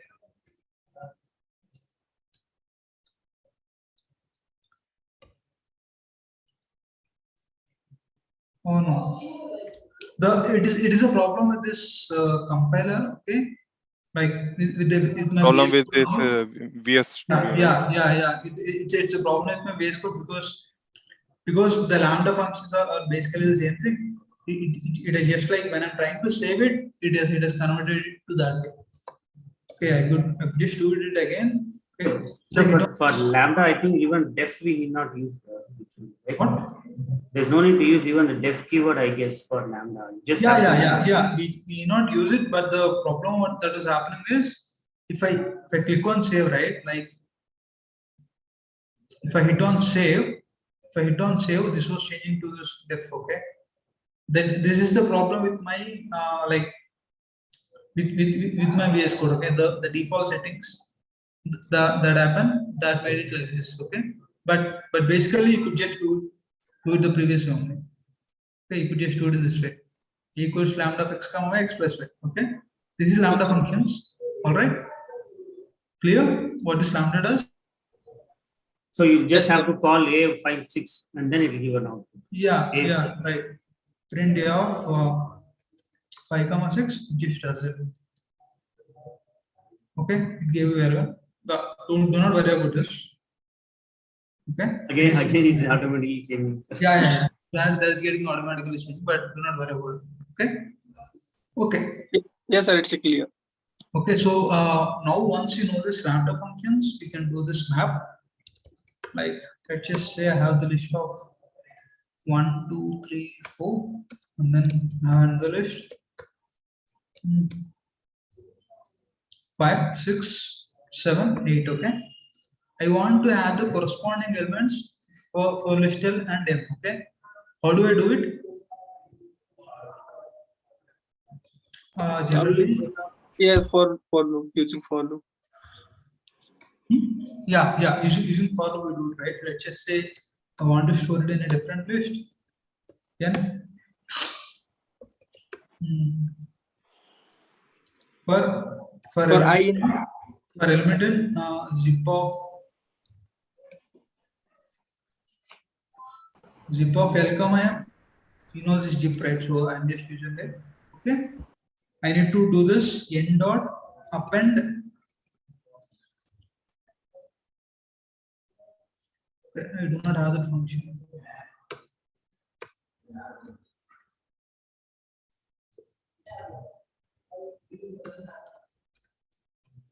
Okay. So each time basically I'm just adding the first element of L, like the element of L and the corresponding element of M. Okay. So what I need to do, I need to call this A of since it accepts like two arguments, I'm just giving lm of 0 and then lm of 1. Okay. Is it clear? Is the code clear until now? What I have done? Yes, sir, but why we are okay. Okay. Clear until Yes, now? Yeah. Right. So basically, what this gives is it just adds 1 plus 5, 2 plus 6, 3 plus 7, 4 plus 8, right? Okay. Just give me the corresponding values 6, 8, 10, 12, right? But this is kind of like lengthy, right?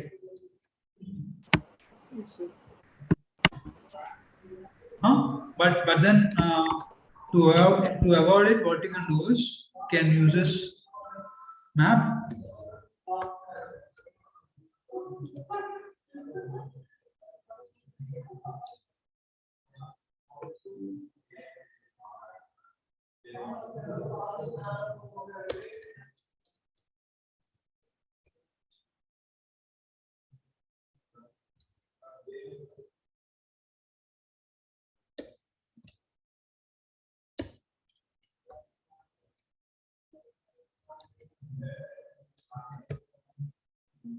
Okay, so let's just see what this gives.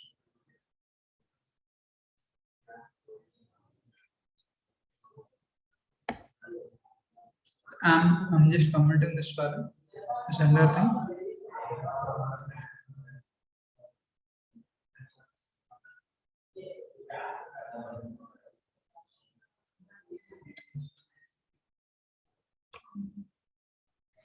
So we can only iterate, no? Map output as So well. I think we should also create a list. Yeah. We need to convert it into the list as well. Yeah, just like a previous zip function.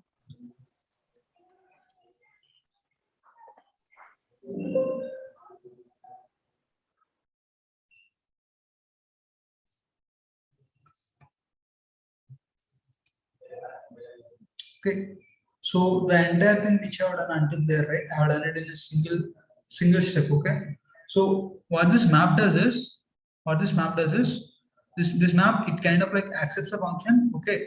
You could just mention this lambda, whichever you are defined here, right?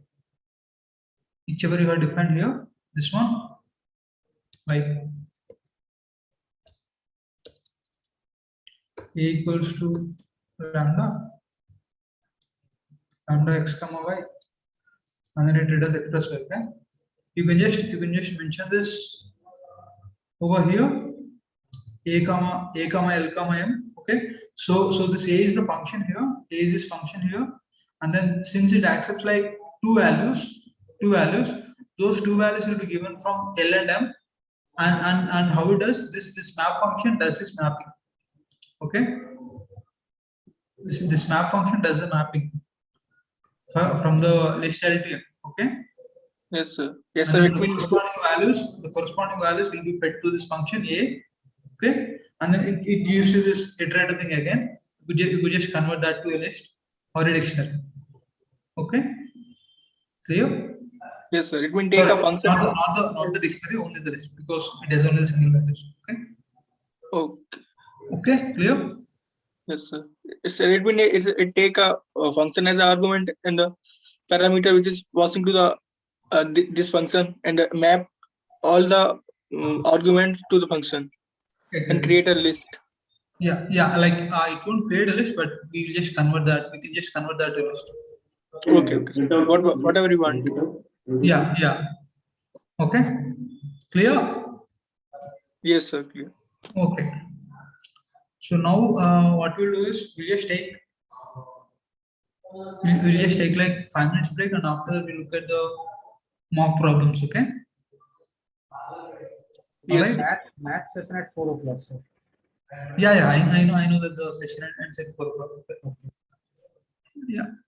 Okay. Thanks.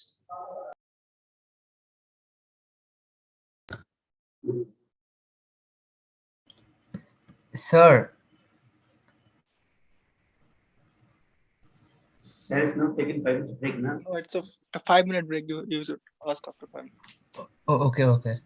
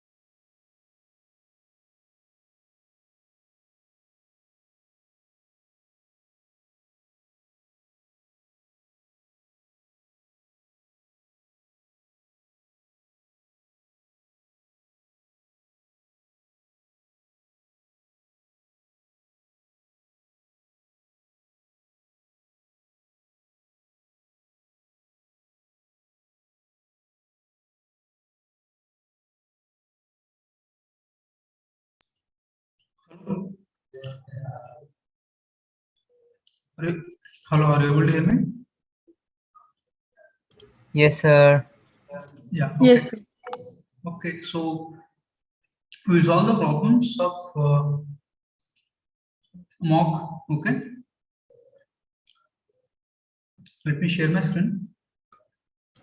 Sir, can you discuss? I have a doubt in GRPA 3 of week 10. GRPA 3 of week 10.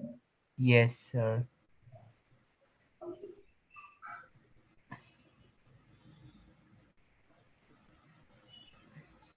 Yeah. What's it out here?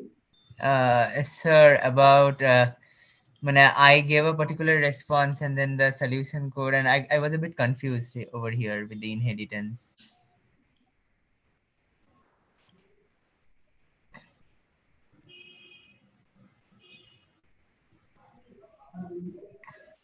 You worried about this? Yes, sir. So over here, these parameters, area and perimeter, these are of the superclass, right? So then how Compute do area and I? compute perimeter. Yes, sir. You're talking about area and perimeter, right? Yes, sir. Yeah. Yeah. Yes. So Yes. Yes. over here, I need to make a change in the area and perimeter of the superclass, right? See, what happens is the area and perimeter. If they are part of the superclass, then they will be part of the this child class also. Okay. Okay. So if you make the changes here, that will automatically be reflected there. See, because you are just importing the attribute from the parent class, right? So if we just change it here, then that means that that particular value, that perimeter is changed, right? See, here we are calling for sim dot area, right? Where does this area come from? It comes from this parent class on the right shape. Okay. Okay. Hmm. Clear? Yes. And also over here, the methods that are being written, there are no return statements. See, we need not return, right? Because they did not ask you for they did not ask you to return, right? Let's just look at it. Call the methods compute area and compute perimeter. The compute area computes the area of square and assign it to attribute area. They just ask you to assign that computed area or parameter to the attribute area. Okay, they did not ask you to return it, right? Okay. Only when they ask you to return it, you should be return the code. I mean, return the value, right? Okay. Okay. Okay. Hmm. Clear? Clear. I mean, it's a bit confusing, but it's okay. I get it now. You need to return it only when you feel that that particular value is like required, right? You just asking you to compute area. Let's say you're defining a method called get area. Okay, get area something. Okay, then that basically means that you want to get the value of area. Then maybe you want to return that area. Okay. Okay. And also, when we are working with classes, do we always have to use self dot and the variable? This self dot and this thing. If Yes. you Do we are always have to use yeah, self? if you are referring to the attribute of the object, then you need to call this self dot side only. Let's just say you just mentioned side, okay? Let's just say you just mentioned side, then that won't be, then basically you're not referring to the attribute of the object. You're just referring to some variable side. Okay. In this particular case, you're talking about in this unit the constructor now definition now, you have a self comma side, right? This side value, this side as it is, it does not belong to the class. So basically, it is an argument that was given to this function, right? So that is just some other variable. Only when you assign that self dots, only when you assign that side to this self dot side, then the attribute, that is this, the attribute of the object becomes like the attribute side of the object, it will be equal to the side. Okay. The side and self dot side, they are like entirely different. Okay, they're just two different variables, you could say. The self dot side is attribute of object, and side is variable. Okay. Clear? And one thing, like the attributes, do we have to like initialize them somewhere, like side equal to 0, something like that? In this particular case, if you're asking it from the from the user, right? You just assign that values, or else you need to initialize it, because with respect to Python, we always need to initialize it. Like whenever you call for a particular variable, now you always need to initialize it with some value. Whenever like you're using it. If you're not using it, then you not even define it. That's it. That's a different scenario. No, like what happens if I define side equal to 0, like right below class square and above definition of init? This one, you just want to define it here. Side equals 0. Yes, yes. This, yeah. So basically, when you define it like that, then what that means is that won't become an attribute of object. It will become an attribute of class. Okay, okay. Okay. Okay. You look at the lectures, that part will be like clear. What do you mean by the attribute of object and what do you mean by this attribute of class? Okay. Okay, okay, okay, sir. Clear? Clear, sir. Thank you, sir. Sir, excuse me, sir. Yes. Sir, I have a doubt in week 8 PPA 14. Week 8 PPA 14. Okay. Before that, shall we discuss this mock problems? Yeah, sir. Okay. So they're asking you to write the triangle class. The attribute should have 4 object attributes or created within the constructor. ABC represents the side of the triangle or positive integers. Valid a bool variable. It is set to true if the numbers a, bc form a triangle. False otherwise. Okay. So basically, this triangle class, it has like 4 attributes: ABC, which represents the side of a triangle, and it should return false. Like it will have one other variable also, valid. That is a Boolean variable. So basically, it will be either true or false. The true or false, it depends upon whether that ABC form a triangle or not. Okay. The constructor should be defined ABC, and then it should accept these 3 integers. Okay, that is okay. Update the attribute valid inside the constructor as follows. Okay. So inside the constructor itself, we should update the valid based on the 3 integers that was given by the user. Okay. If they form a triangle, then that valid should be true and false otherwise. Okay, I think that until now it's clear, I guess. The numbers form a triangle, update the attributes ABC using the arguments passed to the constructor. 3 numbers ABC form a triangle if and only. Okay. Is equilateral,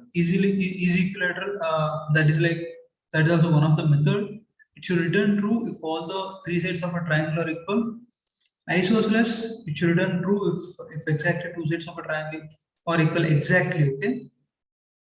And false otherwise. Is scalar, it returns true if no 2 sides of a are equal to each other, and false otherwise. Okay.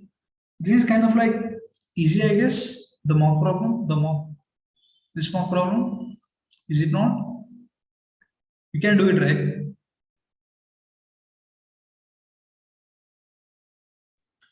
Hello, you can do this, right? Yes, sir. Yes, sir. Mock, yeah. We'll want to mock Q2. I'm moving on because Q1 is like easy, like there's nothing complicated here. Okay, maybe the number of lines are higher, but there's nothing complicated running. Okay. Okay, write a function and this function accepts 3 arguments. Domain, codomain. Okay, this we have discussed. In the last problem. I mean the last live session. I hope this is also okay. Shall we move on to the next problem?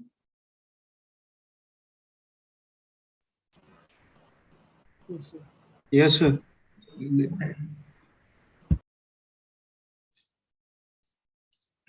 Okay, this problem we haven't discussed. So consider diagonal graph G. GT is a reverse graph of G obtained by reversing the edges in G. For example, if U2V is an edge in G, and then V2U is an edge in GT. Okay, write a function reverse that accepts adjacent matrix M of graph G as input, and it returns the adjacency matrix of graph GT.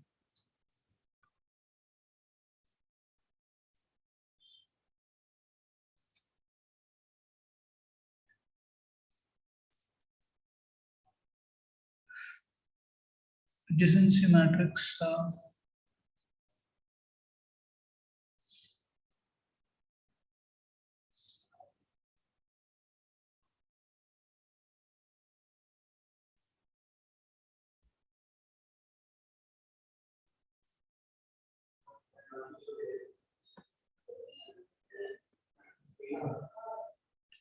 Okay, how many of you have solved this problem? Because I myself I'm not aware of this adjacency matrix, what this means.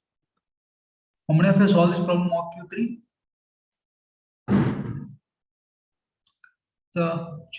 Yeah. What does this adjacency matrix mean?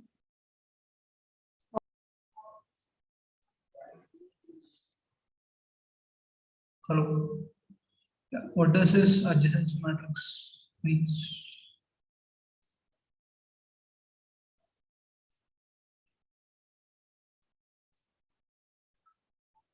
Hello. Hello, can you hear me? Yeah, yes. Yeah, the adjacency matrix is a matrix wherein it will appear one for a particular combination of row and column. For example, if the 0th column and first node, first 0th row and first column is appearing as 1, so it should be one should in that matrix everywhere else should be 0 and only one should appear at the combination at the intersection of 0th row and first column. So in this case, like test case 1, the 1 is appearing in the 0, 1, right? That is 0th row and first column. Yeah. But 0, 0 is 0. So that node is that particular value is 0. It actually was there as a part of CT and math in the same one. There is a part of math as well as CT, computational thinking. Okay.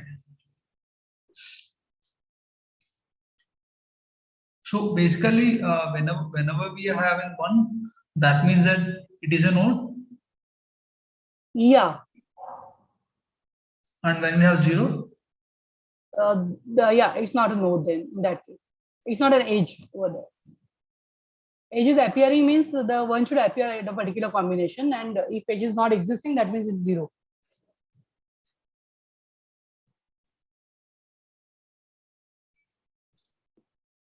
Okay.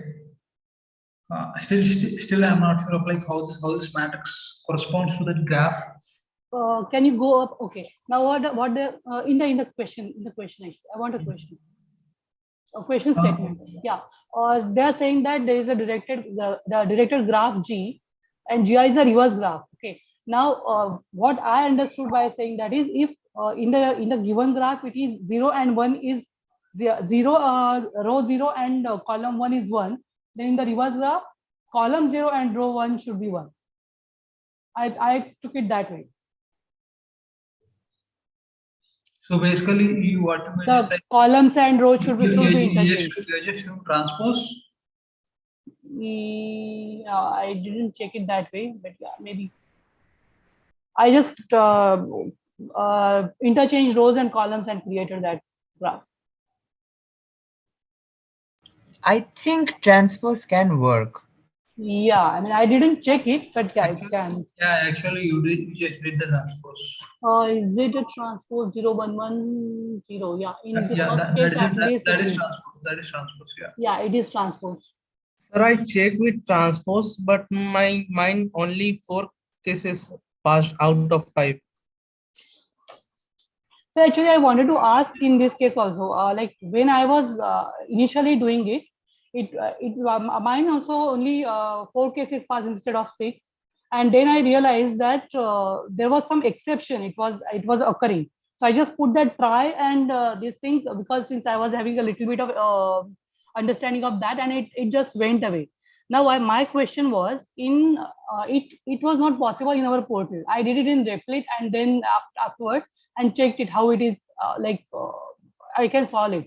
Now in our OPP, if it happens, how will I check it? Because there is no way I can debug it in our portal.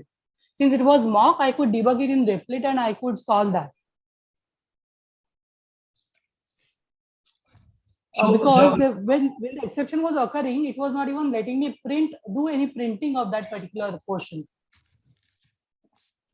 The print statement was also not working in that particular code. So how will I debug in such a case, in case of OPP? Why the problem happened in the private test case, right? Yeah. In case of private test cases, initially only 4 of the private test cases were passing in my case. So I was not understanding how to debug. I tried to put the print statements to check the value and all, but I was not successful. So what I did was, since it was mock, I went to Replit and I tried doing that, and then I understood there's some problem. It is happening, like end of file is happening. So I then put that try thing over there and it got resolved. No, like, so what will I do in case of OPP if some such thing happens? Because there is no way I can find out by debugging using print statements in our portal.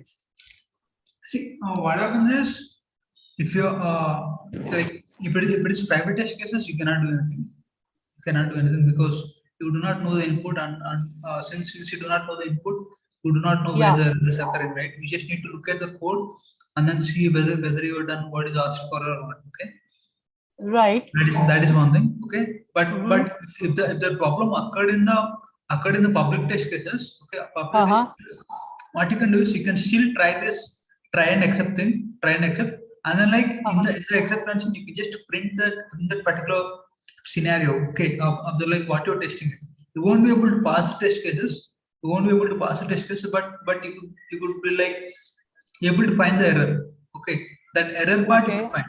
Okay, like once you find the error part, you could just resolve it just like you did in the Replit. Okay, so you could use the try and accept here also, but you will be doing it just to find out where the error is. Okay, but you will not be able to pass the test cases. Okay. Yeah, but the thing is, my public test cases were getting passed. Only the problem was with private test cases, and there I could use. I resolved it by using try and. You resolve it because you know the input scenario, right? No. In case of I was getting error in case of private test cases, not in public. All my public cases were getting passed.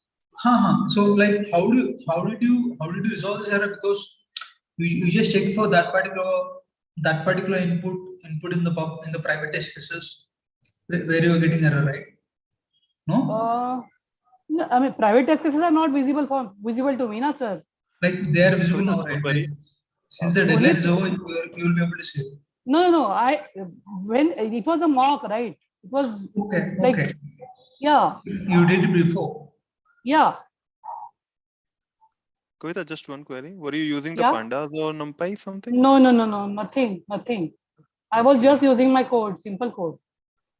Okay, so like you did. Like how by using try and act, are you able to pass all the 5 test cases? Now I can I am passing all the test cases by using try and accept. Yeah. It was some EOF related thing. In the portal itself you're talking about. Yeah. So yeah, I just copy pasted that code, the one which is given now, that while true and all. I just copy pasted and put try and above that, and I put try and this thing over there, so it resolved that. No, like my question to you is, how did you find the error? Like you were able to. I used it in the Replit. Then I had to check in Replit and then resolve it. Even with respect to Replit, you need to give the input, and corresponding to input only you will know, right, that there is an error. I tried giving different inputs actually, my own. Okay, okay. Yeah, the same thing happens. Like you just need to, you can just do that with respect to this also. Mm-hmm. Okay, with respect to this also, like what you could do was, let's say, I just take some problem. Instead of accepting input from the user, right? You yourself can like can specify one input, and then you could solve the problem. Could solve a problem, and then you can print Okay. it. Okay. Okay. Just like you did that in the replit, right? Because Mm-hmm. you won't be able to enter it, but you need to define it in the code itself. I'll just tell you what I'm trying to say. Okay. See, here write a recursive function named unit that accepts a non-empty list as argument and returns a new list after removing all the duplicates, right? Mm-hmm. In this particular scenario, let's just say you have defined the function. Okay, you have defined the function. Okay, you do not know for which cases it is working or not. So you could just run it. You could just print unique of your own list you can mention. Okay, like 1, 2, 2, 4, 5, something like that you could do. Okay. Instead of like this like accepting the input that will be done anyway. Okay, the other part will be taken care. But you yourself can check for this output. Like right.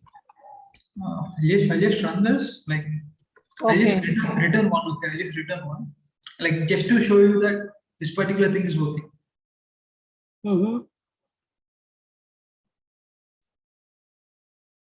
Okay, you could see here the first output was 1 actually. First output was 1 because of this print one. Okay. Right. Mm-hmm. Okay, so here basically I'm kind of like debugging by giving my own inputs and checking how that works. Okay, you could see here 111. Okay. Right. Right. In this particular way, you could just try out by giving your own inputs.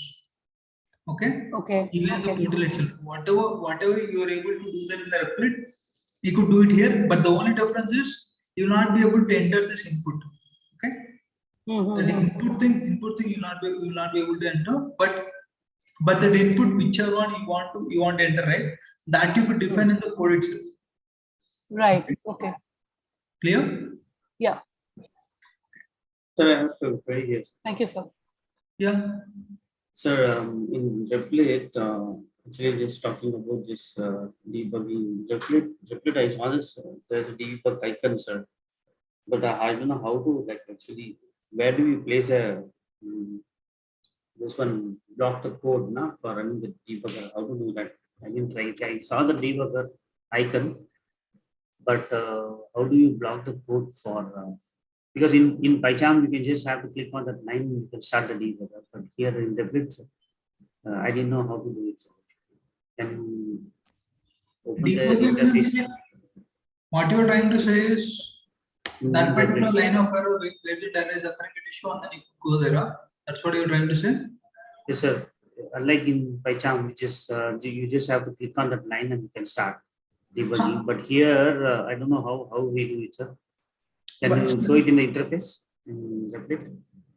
Give me a second.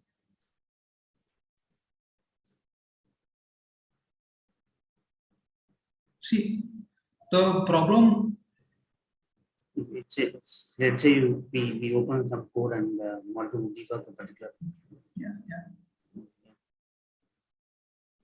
So you can see that there's a debugger here left side, no?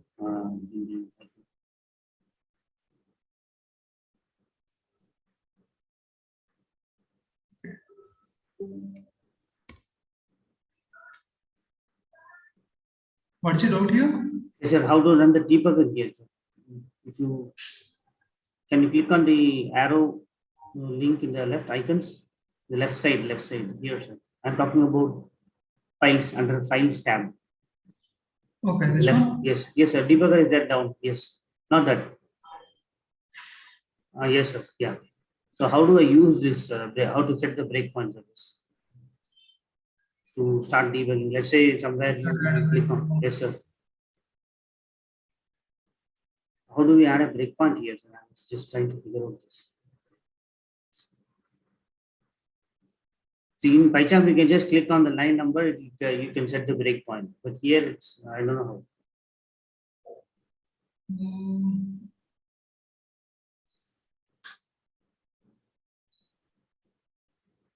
Can you click on any line? Can you just click on any line number? I'm not able to click on like any line.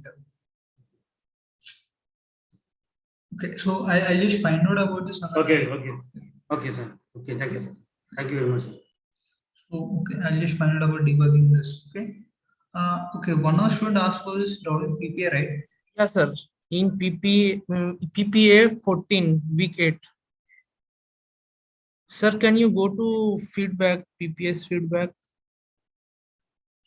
You do not have a problem here, and you just have a problem with the feedback, is it? Yes, sir. PPS feedback week 8.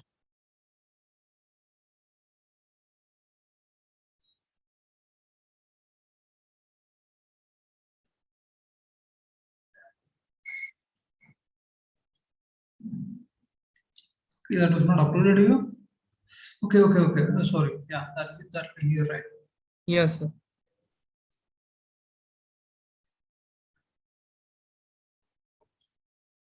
Question number 14, sir. PPA 14. Yes. Sir, in line number 4, why can't we iterate from 0 to n? When I iterate from 0 to n, it only passes 1 out of 6 private cases. Sir, why it's okay?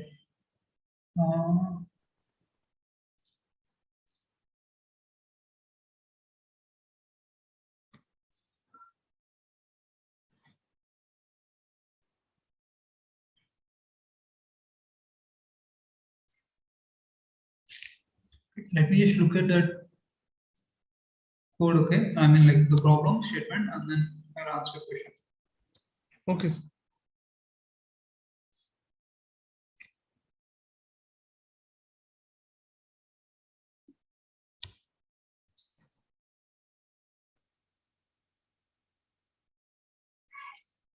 PPA 14? 14.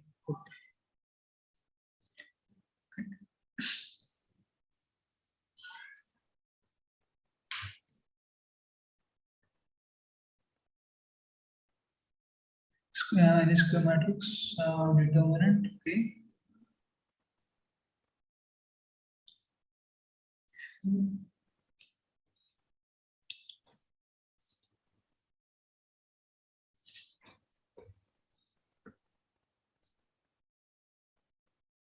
That accepts the square matrix argument and returns a determinant in the process of writing function. It would be useful to okay. So okay, we should just get the minor matrix set. So basically, we should just remove that particular column, right? That particular Yes, column and row, correct?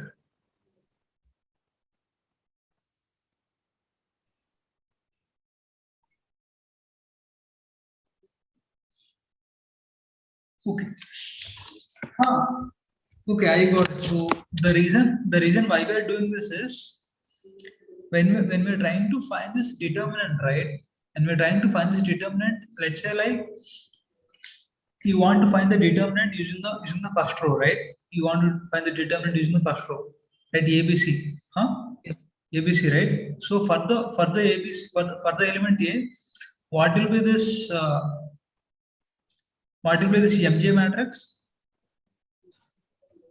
Sir, you mean column? Yeah, I mean the minor matrix. ADG. Huh? ADG. For element A, it is E of HA, right? Yes, sir. Yes, sir. It is E of HA, right? So basically, we should remove the first row and the first column, no? Yes, sir. Correct. So for the element B, what about for element B? It is D of GI, correct? Okay, sir. So we should remove the first row on the second column. Similarly, for element C, we should remove the first row on the third column, right?